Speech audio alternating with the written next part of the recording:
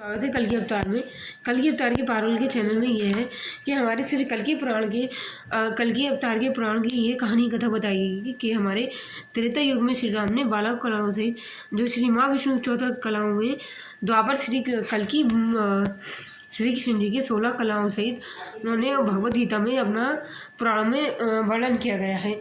अब उन्होंने ये भी बोला है कि हमारे इस विष्णु अवतार के बारे में कल्कि पुराण के अवतार की कहानी का वर्णन भी किया गया है। ये भी कहते हैं कि स्वप्न भानु में संकल्प विचार उपचार और प्रार्थना सहित महर्षि बेसद्वारा द्वारा लिखी गई इस ग्रंथ की कहानी है। त्रेता युग में 12 कलाओं सहित राम अवतार के त्रेता युग पर श्री कल्कि पुराण के युग पर तप कर रहे थे। अब ये भी कहा गया है कि 64 कलाओं से उनके महाविष्णु को अंतिम अवतार बोला गया है कल्कि अवतार का, जो घोड़े पे सवार होकर आएंगे। अब कल्कि अवतार के पुराणों की कहानी की कथा हम और भी कल्कि पुराणों के अवतार की कहानी का ये वर्णन है 64 कलाओं के द्वारा इसमें लिखी गई जो किताबी बातें हैं। हमारे प्रमुख अंतिम 10वां अवतार होगा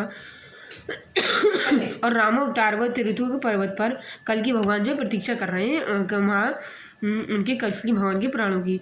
त्रेता युग में 12 कलाओं के सहित इनके होने वाले 64 कलाओं का वर्णन काफ़ी किया गया है और कहते हैं इनके 64 कलाओं में काफ़ी इनकी महत्वपूर्ण जो है किताबों का भी ज्ञान किया गया है।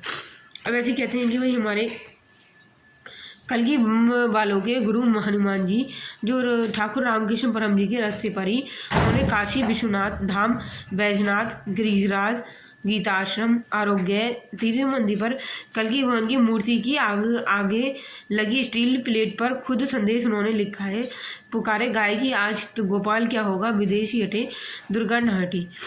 इस बात पर उन्होंने कल्कि पुराणों के वैदराज ठाकुर रामकृष्ण परम जी ने अंशर ने बोला था। कहते हैं 900 वर्ष की पुराणों और गुलामों के बाद अंग्रेजों ने महज 150 वर्षों की गुलामों में उन्होंने भगवान ने हमारे त्रिकुटा पर्वत पर ये बात कही थी और गुलामी में सोची समझी साजिश के तहत अंग्रेजों के शिक्षा स्कूल स्थापित करके हमारी नई युवा पीढ़ी को इसके तहत शिक्षित किया गया था और अपनी ही संस्कृति व देवी देवताओं को निजी तरीके पर देखने लगे। उससे सिर्फ उनका खून और हिंदुस्तानी रहा, बाकी वह सब विलायती हो गया। इंग्लैंड की नीतियों के पालन करता सहित उन्होंने ये विख्यात किया था कि Lord मेकल high court chief justice ने इस बात की पुष्टि करी है और 18वीं शताब्दी में इन्होंने अंग्रेज़ों ने हमारे व्यापार व दस्तकीय किसानों की सारी कमाई जो है कपड़ा वगैरह आखिर साथ ही नाप लेकर जेल खाने के कैदियों की तरह कपड़ा लेकर सारी कमाई इंग्लैंड भेजने की तैयारी चल रही थी। और जैसे ही शुरू करने जा रहे थे तभी हिंदू जाति हिंदू धर्म के सर्वनाश की ऐसी भयानक उन्होंने योजना को देखकर हिरण्यकश्यप को मारकर प्रहलाद को बचाने के लिए महाविष्णु के कल्कि रूप धारण करने का जो है उन्होंने ऐलान किया। हनुमान जी के अश्वत्थर गुरुवार को बालमुकुंद जी ने करवाया। ये उन्होंने ये भी बोला कि कल्कि पुराण के कल्कि का नाम पूजा हवन नाम जाप शुरू किया गया और साथियों से कराया गया। उन्हीं का जो उच्चारण था अनुसरण था करते हुए कल्कि अवतार ने रामचरण जी के बोझ के दाहिने हाथ अक्षर मंजिल पंडित लक्ष्मी नारायण जो संस्कृत और हिंदी उर्दू आदि बंगला के विद्वान थे कार्य को आगे बढ़ाया। अब ये भी कहते हैं कि भाई निष्कर्ष उन्होंने ये भी निकाला, अगर आपको अपने परिवार व्यापार आदि सोचना और बोलना है तो उस हर एक बात का ध्यान रखना होगा जो मन से हर समय जय श्री कल्कि जो है पुकारते हो। मतलब कल्कि का समीकरण करते हुए उन्होंने कृष्ण रूप का जो है धारा को कल्कि पुराण के रूप में प्रकट करा के सतयुग की स्थापना करानी हो, जो कलयुग की स्थापना कराना चाहते हो। इसी से भारत को जो है भारत को मतलब गौरवान्वित होकर पुनः बेहतरीन शक्तिशाली और समृद्ध स्वरूप में उभारना होगा। उन्होंने बोला अतिथि देवों का मतलब क्या होता है? अतिथि देवो मतलब महंगा पड़ा धर्म और बहुपत्नी तलाक से एक हुए अनेक हुए। मतलब इस विदेशी मुगलों में अतिथि देवों को संस्कार तले हिंदुओं ने जो सत्कार किया है वापिस तो अपने इस देश के हिंदुओं पर भी अपने गुलामी और का शिकंजा कसते हुए इस विदेशी ने जो रूप है निर्दयी दरिद्रता और मक्कार चालबाज कुटिल और दोगले लोग जो इस धोखेबाज में हमारी माँ बहन बेटियों की वृद्धि की है और मंदिरों की जो बुर्जियाँ तोड़कर उनकी मस्जिदें बनाई हैं, कुटिलतियाँ कूटनीति से डरा धमकाकर डरपोक हिंदुओं की चोटियाँ कटवाकर उन्हें मुसलमान बनाया और उन जेब को ही तब भोजन नहीं कराते थे जब तक बोरी हिंदुओं की कटी हुई चोटियाँ उनसे पास नहीं आ जाती थी, अर्थात प्रतिदिन उनके हिंदू को जबरन उठाकर उन्हें अपना मजहब स्वीकार करने को कहते थे। जैसे अभी अफगानिस्तान में ये सब चल रहा है कि मतलब तालिबान ने कब्जा कर लिया। अब तालिबान अब विदेश में भी अपना जो है शिकंजा बनाना चाह रहा है, तो तब उन्होंने अफगानिस्तान में जैसे उन्होंने कब्जा कर लिया तो पाकिस्तान वाले जो है पूरे सपोर्ट कर रहे हैं तालिबान को, उधर चीन भी सपोर्ट कर रहा है और बॉर्डर पे भी कैसे हिंदुस्तान को हराया जाए और अपना मजहब सही किया जाए। अब भारत में भी जिस तरह से इस साम्राज्य की स्थापना हो रही है, कैसे इस हमारे 70% हिंदू जो है समझ ही लीजिए ख़त्म ही हो गए हैं हर देश में, हर जगह मुसलमानों की आबादी इतनी बढ़ रही है कि सरकार भी कोई मुआवजा नहीं कर रही। उधर एलोन मस्क कह रहे हैं कि आबादी को बढ़ाया जाए और इसको चीज़ को प्रोत्साहन दिया जाए काफ़ी। उधर ये भी उनका कहना है कि मतलब एलोन मस्क चाह रहे हैं अगर ज़्यादा बच्चे नहीं होंगे तो इस पृथ्वी पर दुनिया ख़त्म हो जाएगी। उधर अंतरिक्ष में जाने की प्लानिंग चल रही है कि आखिर हमें 1 लाख लोग पूरी तैयारी जाने के लिए बैठे हैं। उधर जितने भी हैं उधर सुशांत सिंह राजपूत के भी काफ़ी मर्डर के प्लान के द्वारा साजिश किया गया था।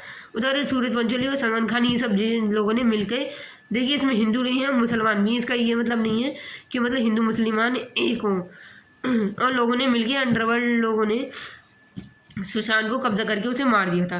उधर ये कहते हैं अब आगे बात आती है हिंदुओं में शादियां दिन में ही क्यों होती हैं। ये भी कहा गया है पहले हिंदुओं में शादियां दिन में ही होती थी और उसके मुगलों के सैनिक हमारी बहू बेटियों को उठा कर ले जाते थे और शादियां भी रात के समय में लुक्खो छिपी होने लगी। अब क्या हुआ तब से ही भारत में हमारे जो रात में ही रात की शादियाँ होने लगी हैं और तब तक चल रही है क्योंकि वो दिन में उठा के ले जाते थे। और शिवराज सीरियल के आगे पाएगा शिवाजी ने इन्हें जिन्हें हिंदू बहू बेटियों को रास्ते मुगलों की सैनिकों से छुड़ाकर उनके परिवार को घर पर भेजा था।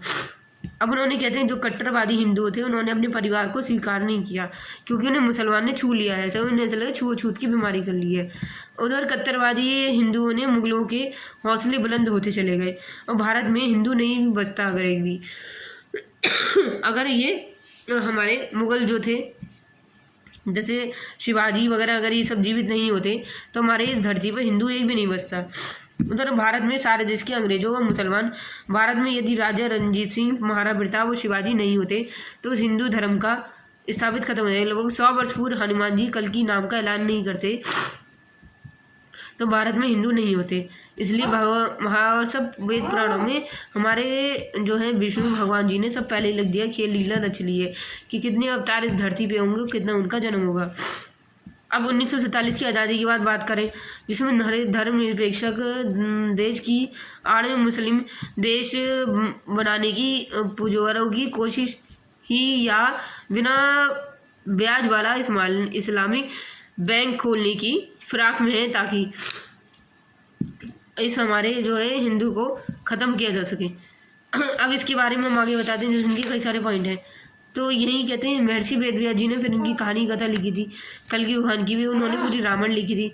कहते हैं श्रीमद् भगवद गीता अगर पुराण में प्राप्त करने के लिए 7 दिनों तक हमारे पुराणों की कथा व पाठ जरूरी क्यों है, उन्होंने ऐसा बोला था।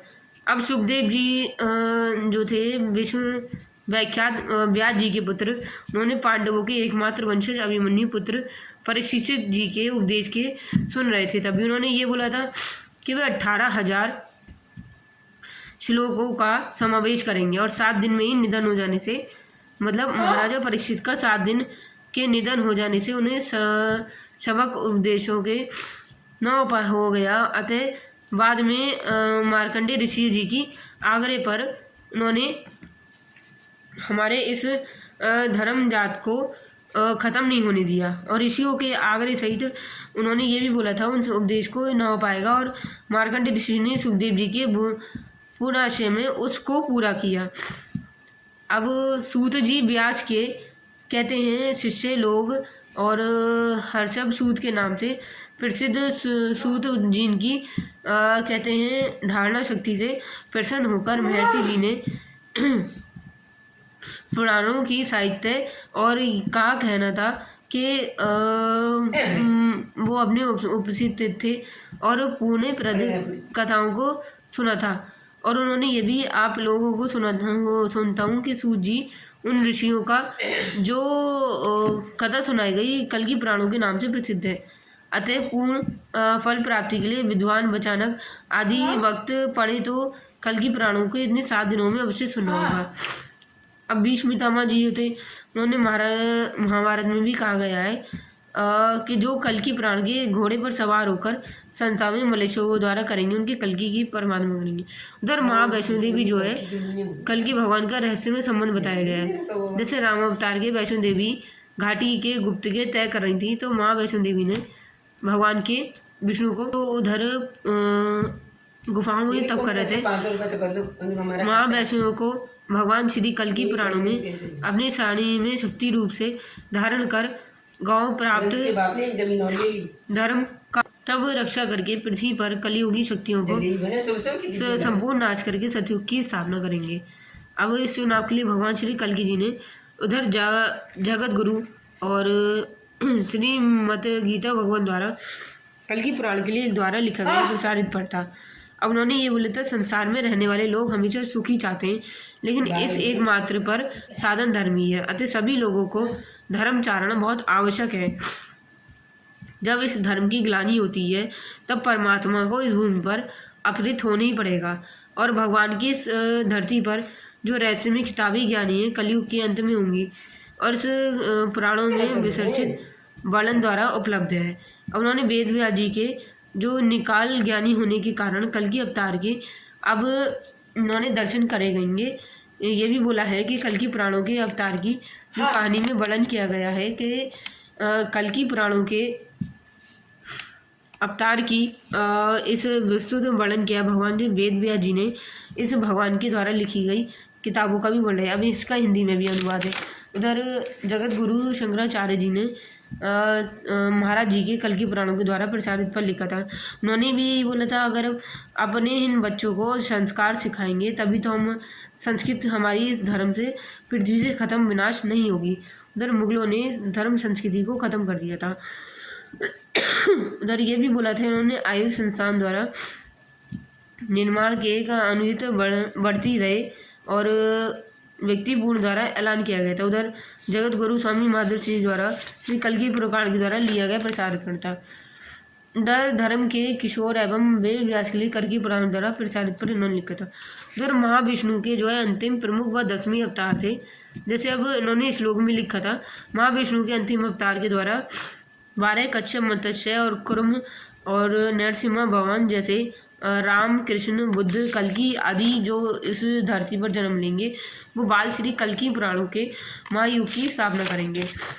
अब उधर सूत जी जो थे ब्रह्मा जी जो सभी देवताओं को भगवान विष्णु के पास गए, उन्होंने कल्कि के दोष के धर्म के होने की हानि जो है विस्तार को बताया।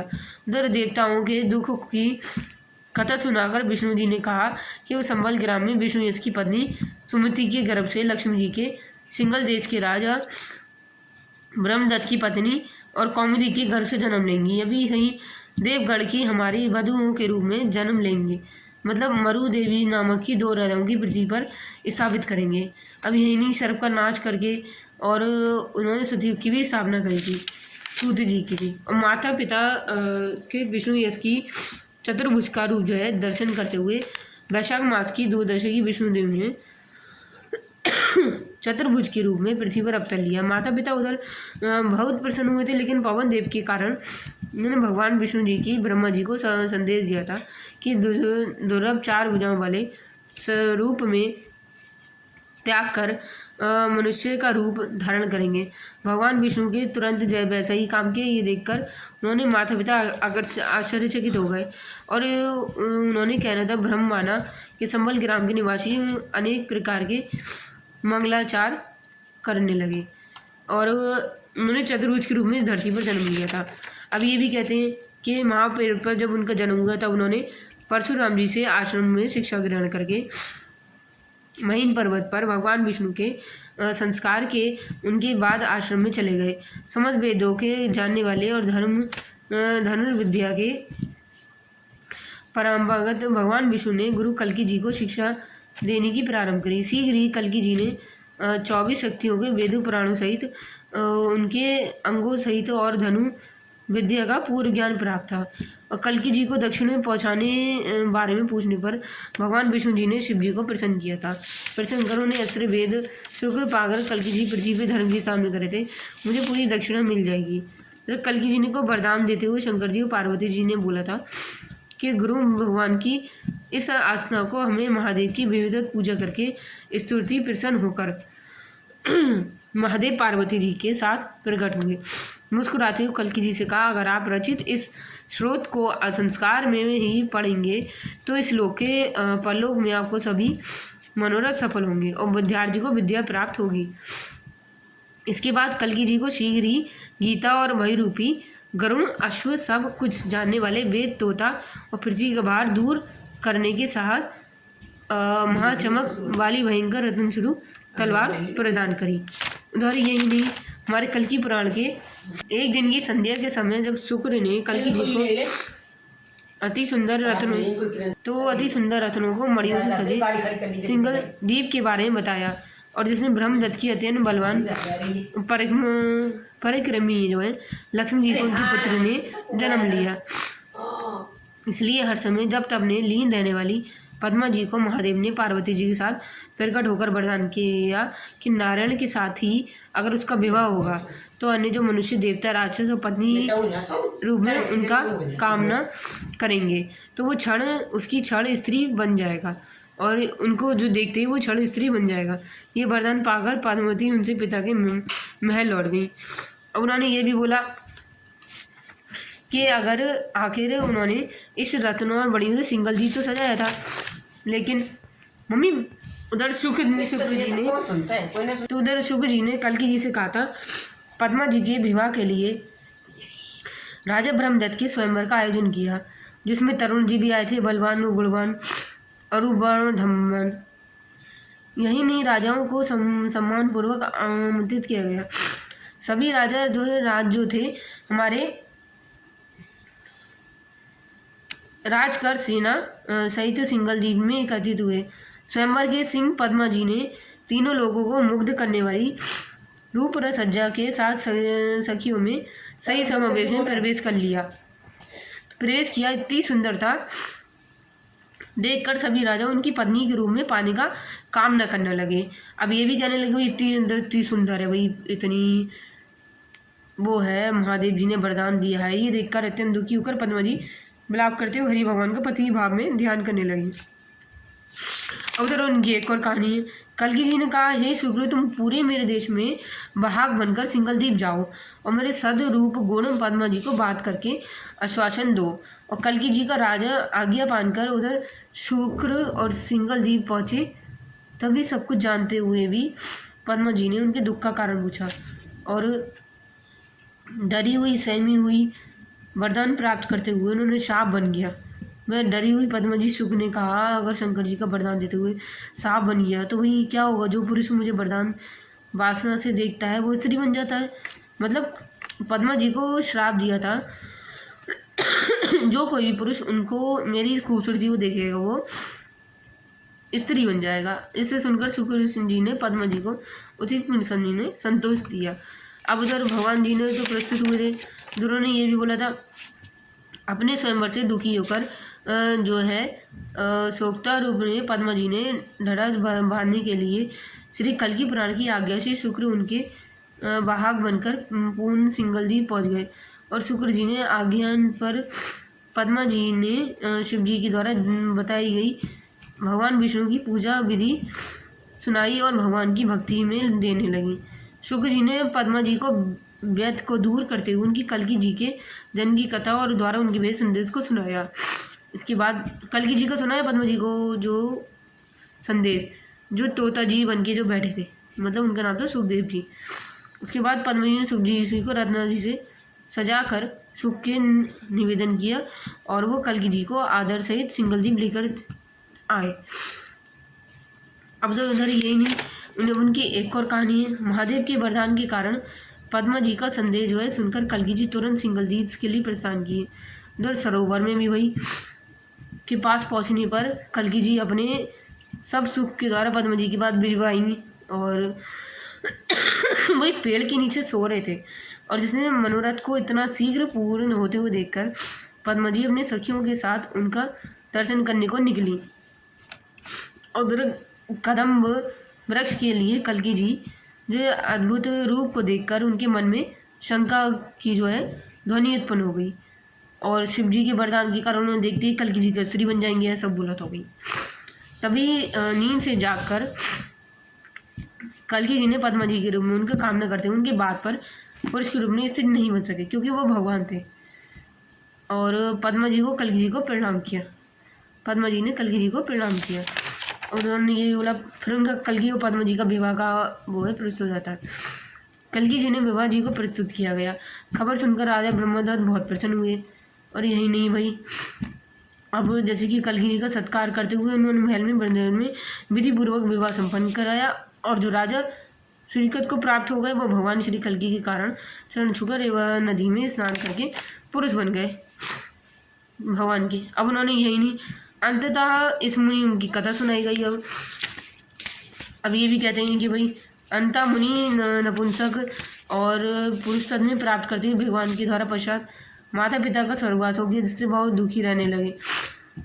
नपुंसक थे, महादेव जी थे विवाह के पश्चात जो है, और हरि ने कहा दुखी मत हो, यह मेरी माया है, माया देखने ही जिज्ञासा उनके पुरुष नगर ले गए जहाँ पे कुटिया में बनकर रहने लगे, कुटिया बनाकर रहेंगे। एक दिन समुद्र में डुबकी मारकर निकलने और मात्र के समय में माया के प्रभाव से किसी दूसरे नगर में एक समुद्र ब्राह्मण के घर पहुंचकर उन्होंने देखा कि पुरुष नगर के तट पर अपनी पुत्री चारुमती से उनका विवाह हो गया। उनके 5 पुत्र थे। अति वैभवशाली 70 वर्षों के जीते हुए उन्हें पुत्र के विवाह का दिन आया। नितर्पण समुद्र पर बैठ गए, तभी डुबकी मारकर निकलने लगे। उन्होंने देखा पुरुषोत्तम नगर के समुद्र तट पर अपनी पहली पत्नी और बाधवों के बीच में उनकी आयु 30 वर्ष हो गई। दूसरी पत्नी के 5 और थे। 5 पुत्र जो वैभव और सब लुप्त हो गए। यह देखकर विलिप्त पागल जैसे हो गए। हानि परमहंस सन्यासी जी ने उनके अनंत मुनि को माया विवाह में बताया और उन्होंने ये भी बोला कि ये तो वही माया अक्षरी है जिसका कोई नाश नहीं होता, ये संसार के सभी दुखों का कारण है और केवल नारायण की भक्ति से ही उन्हें बचा जा सकता है। ये सुनकर अनंत मुनि स्वस्थ होकर हरि भक्ति की ओर, जिसका नाश नहीं होता, दुखी का कारण है, केवल नारायण की भक्ति से ही इन्हें बचाया जा सकता है। उसे सुनकर जो है पुनि स्वस्थ को हर भक्ति में लीन हो गए। इस कथा का जो है कल्की जी ने बताया कि जो भाग्य